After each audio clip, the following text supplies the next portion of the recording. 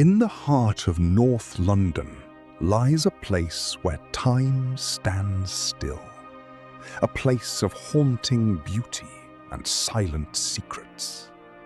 Highgate Cemetery. With its Gothic tombs and overgrown ivy, it looks like a scene from a horror film. But what if I told you that in the 1970s, this place was the hunting ground for a real-life horror story? This is the true story of the Highgate Vampire. It began with whispers. Local people walking past the cemetery after dark reported a sudden, bone-chilling cold. They spoke of a tall, dark figure with glowing eyes that seemed to glide between the tombstones. For most, it was just a ghost story, a local legend. But in 1969, one man decided to go public. His name was David Farrant. He wrote to a local newspaper describing what he had seen, a grey figure that he believed was supernatural. Farrant's letter opened the floodgates. Soon others came forward with their own terrifying encounters, stories of being followed, of car engines mysteriously dying, and of that same tall, dark spectre haunting the cemetery's iron gates. As media attention grew, another man entered the scene, Sean Manchester. Calling himself a bishop and an exorcist, Manchester had a more sinister theory. He claimed this was no mere ghost. It was a vampire, a medieval nobleman from Wallachia, practiced in the dark arts, whose coffin had been brought to London and buried in Highgate.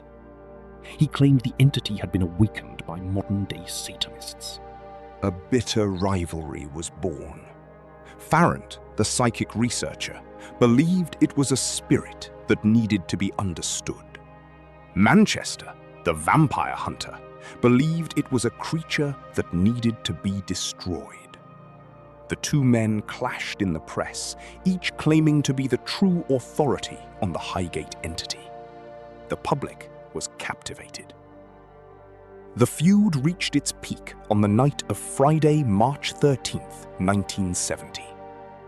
After Manchester announced on television that he would lead an official exorcism, a mob of hundreds of amateur vampire hunters descended on Highgate Cemetery. They swarmed over the gates, armed with crosses and wooden stakes, ready to face the monster. The night turned to chaos. In the weeks that followed, the mystery only deepened. Tombs were found broken into. Coffins were pried open. The body of a woman was found, mysteriously decapitated. Farrant and Manchester both claimed to have confronted the vampire, each offering dramatic, conflicting accounts of their duels with the dark entity.